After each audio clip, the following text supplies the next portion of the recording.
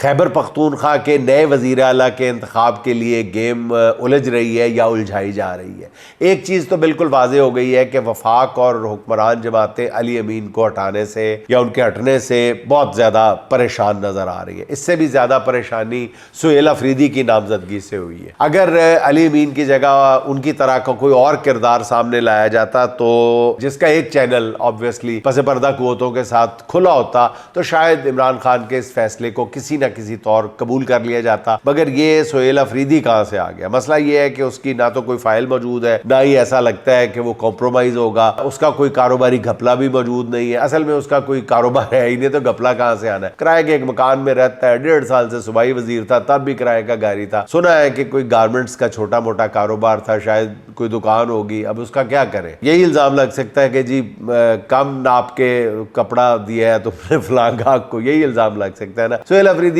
के नाम पर हुक्मरान नाज़रीन इसी वजह से बहुत ज्यादा परेशान है और इल्जामात की बुछाड़ है। मतलब कोई और ताज़ा ठोस इल्जाम तो लगाया नहीं जा सका। कभी कुछ कहा जा रहा है, कभी फलां का माइती, फलां का हमदर्द है। ताज़ा इल्जाम ये लग गया कि सुहेल अफरीदी तो है ही अफगान शहरी है। ये सब इल्जामात इस बात का सबूत है कि सुहेल अफरीदी को मुस्तकबिल में भी मैनेज करने की फिलहाल कोई सूरत नजर नहीं आ रही।